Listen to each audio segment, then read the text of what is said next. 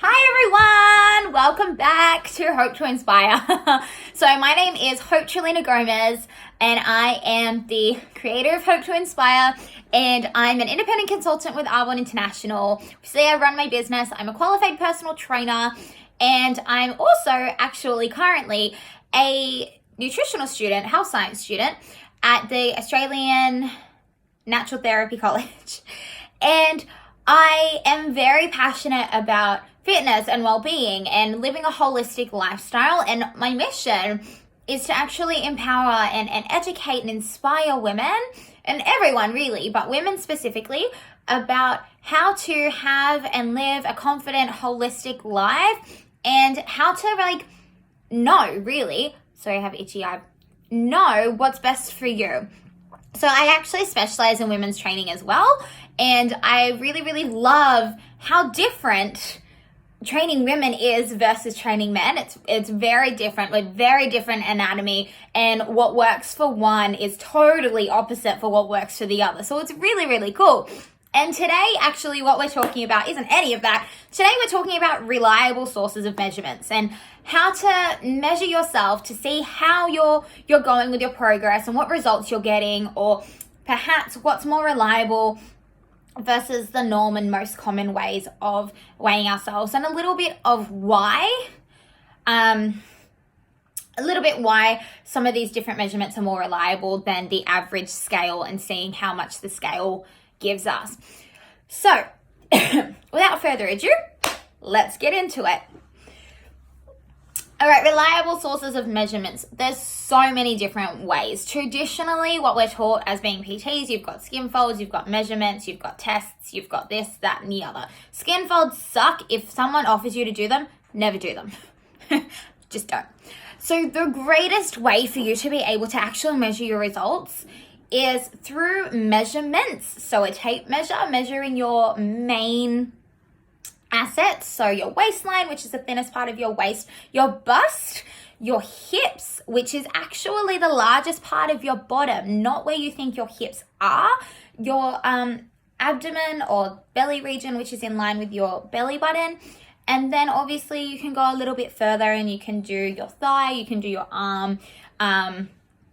There's a few other places, but really they're probably the most exciting things. Generally, the ones that you'll be able to tell the most of is more your hips and your frame up here. However, do keep in mind that as women, we do store a lot of our fat in our stomach area and our thighs. So you may not see a major difference for a while, but you'll start to feel a little different. So that's really cool. It's really easy and simple. You just grab your tape measure. You want it to be around you, obviously, whether you do it yourself or have somebody else do it. Always do, if it is someone else, do your measurements from the side, just so then that way, obviously, you're not invading your privacy, but it's easier to be able to get a reading because you're not going to have all of your clothes bulging. And the other thing is that if you're doing measurements, make sure you're wearing the same clothes each time you do different measurements so that it's more accurate, because obviously material does, increase your measurement slightly. If you're in a comfortable environment, you can take off your layers, and then that way you can get a more reliable resource measurement. Another way to measure your result is to go off clothes. Actually wear your clothes and see how you feel with them. You'll notice whether your clothes start to become too big, whether they become small when you're training and stuff, what your body is adjusting to. You can tell with how you fit into your clothes, right? Pretty straightforward, don't need to go in any more of those. Another reliable measurement is how, this isn't really a tangible measurement, but how you feel within yourself. Do you feel lighter? Do you feel healthier? Do you feel stronger? How do you feel when you're not exercising? Are you more fatigued? Are you less fatigued? Are you having a spring back in your step? Are you feeling more confident when you walk? Are you happier? All of these resourceful results and byproducts of training and feeling good from all of those different chemical releases and results and whatnot. Then the other way to measure your result, reliable measurement, is when you're actually training. How do you feel? So when you first start training, it's quite a shock to the system. and you're not really used to it, you might fatigue a bit quicker, you might like find something really heavy, or you might start struggling like sooner than you think you would. And then once you continue to be training, all of a sudden it gets easy. All of a sudden 10 reps isn't enough, or you're constantly pushing yourself to be able to keep going, to lift heavier, to do more reps, and you can tell your results that way. Okay, so we're going to talk a little bit about the scales and why the scales actually are not the most reliable source of measurement for your results. Now, obviously, scales play their place. And they are important because they do give us a measurement.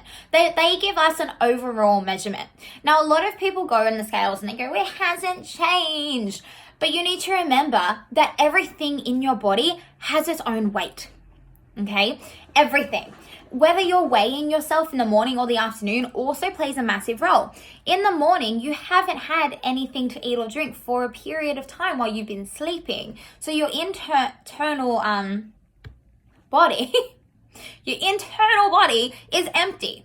So you're going to be lighter versus the afternoon when you've been awake, you've been drinking stuff through the day, eating breakfast, lunch, and dinner, you've been doing stuff, you've been walking around, so your organs are all doing bits and pieces, and you're going to be heavier in the afternoon versus in the morning. You just are. It's just life. Okay, here's what it is. The other thing, guys, is that different parts of our body weigh different things. Okay, so really the scales are not going to change a lot regardless of what you do. All right, so our skin has its own weight. So our skin is actually our largest organ, fun fact if you didn't know, that protects us from hurting ourselves, being able to grip stuff, all these different things. It's amazing. And if we were to remove, it's a bit gross, but remove our skin and flatten it out, it would actually measure out to be 2 square meters. Massive, right? How cool. But our skin in itself can weigh up to 4 to 6 kilos. It's about 5% of our body weight is our skin. So 4 to 6 kilos of your weight is your skin. Then females generally have anywhere between 4 to 6 liters of blood. So when you convert that into kilos, that's 4 to 6 kilos, right? So that already is about 8 to 10 kilos of weight. Then we have our bones, which our bones usually can weigh anywhere between 15 to 20 kilos, obviously depending on the size of the person, but usually in between there. So then that's about 30 kilos. Then you've got your muscle mass, which weighs, again, a lot. I feel like maybe I made the bones too heavy. That's okay. And then you've got all of your internal organs, and you've got all of your bits and pieces, all of your cells and all of your tissues. Like obviously they make your organs. So then you've got your organs and your systems, which weigh, I think they can weigh anywhere up to like 10 to 12 kilos. So that in itself is, we said what, skin 5 kilos up to 6 kilos, then your blood is up to 6 liters, then your bones, that's about 10 to 15, no, that was higher, wasn't it? 15 to 20 kilos. Then your muscles, which are the same, and then you've got your organs, which are about 10 kilos. So already just there, depending on the size of you as a female, because obviously we're a little bit smaller, so we aren't as heavy, but just with that, with our necessities to be alive, that weighs about 40 kilos, 45 kilos of you is your makeup. Then usually anything above like 55 kilos is, again, depending on your size. Like for me, my average body weight is 58 to 62 kilos. Okay, so for me, anything above 62 kilos is excess. So for between my skin and my blood and all my organs and all my this and my that and my this and my that, it weighs up to, yeah, I gave you the wrong numbers. It weighs up to about 55 to 60 kilos, not 45, right? So 60 kilos is everything. Then as your muscle builds, you get heavier. Or then as you build and get stronger, you get heavier. And then when you're eating stuff as well, our body, fun fact, can actually store up to 10 to 12 kilos of waste. So if you're not removing waste adequately, you're also storing extra weight there. So the scales, yes, they give us a figure and they let us know how much we weigh, but they're not really accurate in terms of letting you know how much weight loss or fat percentage you've lost. Okay, they just give you an overall number of how much you weigh, but it doesn't break down what weighs what. And when I talk to women and a lot of clients, I do actually let them know that, and it does kind of change the perspective a little bit, because you need to be aware of what the scale is actually giving you a number on and how much it's actually weighing. So I hope that's helped a little bit with your understanding of why scales aren't necessarily always the most reliable source, and how you can actually find some other sources that'll be more reliable for you. Also keep in mind, so fun fact, that your weight and stuff will fluctuate depending on where you are in the month as well. So ladies, when you're on your period, you will be a little bit heavier because you're a little bit more bloated because you've got more things going on.